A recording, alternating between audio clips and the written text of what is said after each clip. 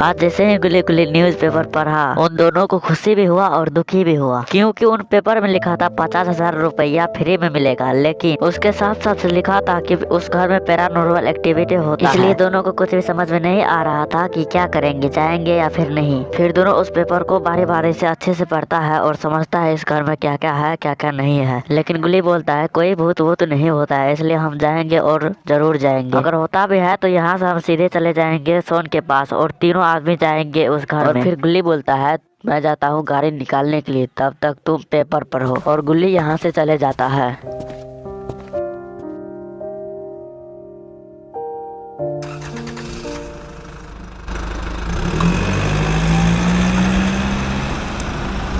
और गुल्ली गाड़ी खड़ा करके गुल्ली से बोलता है गुल्ली जल्दी यहाँ पर चले आओ, गाड़ी में बैठो, नहीं तो उसमें से भूत निकल कर तुमको खा जाएगा।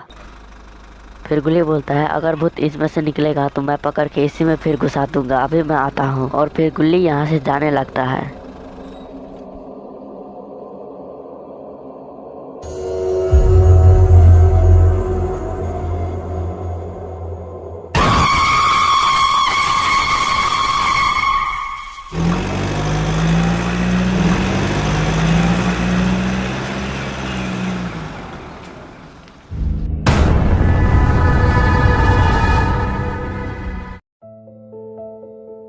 गुल्ली और गुल्ली को कुछ भी पता नहीं है कि सोन आज घर पे मिलेंगे भी या फिर नहीं, लेकिन गुल्ली कुछ भी सोचता समझता नहीं है, सीधे सोन के यहाँ चले आता है।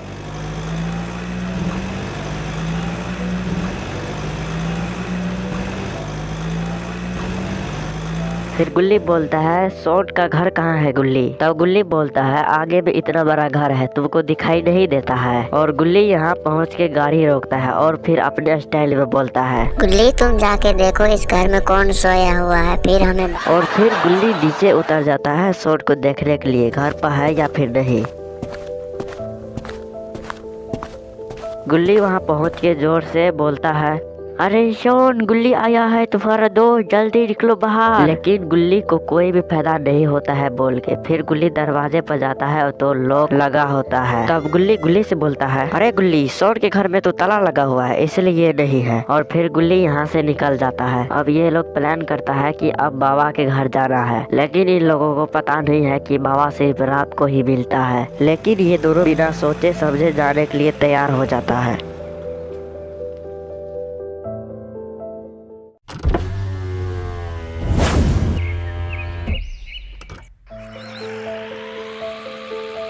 गुल्ली गुल्ली गाड़ी को 100 की रफ्तार में भगाते हुए यहाँ पर पहुँच जाता है।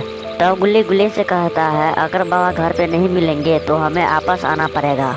गुल्ली कहता है नहीं गुल्ली तुम टेंशन मत लो, आज हम बाबा के घर ही रुक जाएंगे। गुल्ली गुल्ली जब बाबा घर पे पहुँच के देखता है तो गुल्ली गुल्ली बहुत ज्यादा खुश हो जाता है, क्योंकि बाबा घर पे मौजूद होते हैं। गुल्ली को तो विश्वास ही नहीं हो रहा है कि बाबा सुबह को भी मिलता है और बाबा अपनी तपस्या में लगे हुए होते हैं।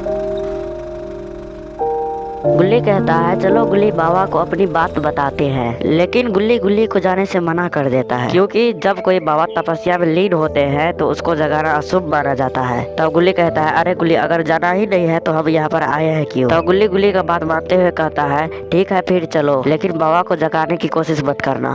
तब दोनों गाड़ी से नीचे उतरता है और बाबा के पास जाने लगता है।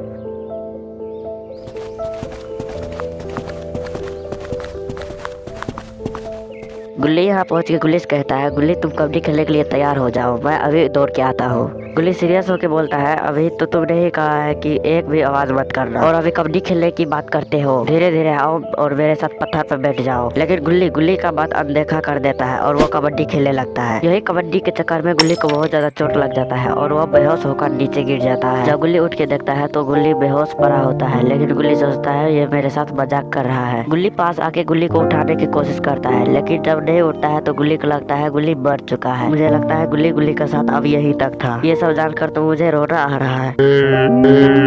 रोना धोना सुन के बाबा का आँख खुल जाता है और बाबा बहुत गुस्से में आ जाता है, क्योंकि बाबा का तपस्या भंग कर दिया गया है। और बाबा नीचे आता है, गुल्ली के ऊपर भड़क पड़ता है। बाबा लंगोटी लाल का गुस्सा आज गुल्ली देख लिया है, लेकिन गुल्ली बाबा का बात को अनदेखा कर देता है और बताने लगता है कैसे गुल्ली बेहोश पड़ा हुआ है। और ये सब सुनने के बाद एंटीडोट के लिए बाबा आगे बढ़ने लगता है, क्योंकि बाबा को भी गुल्ली का फिक्र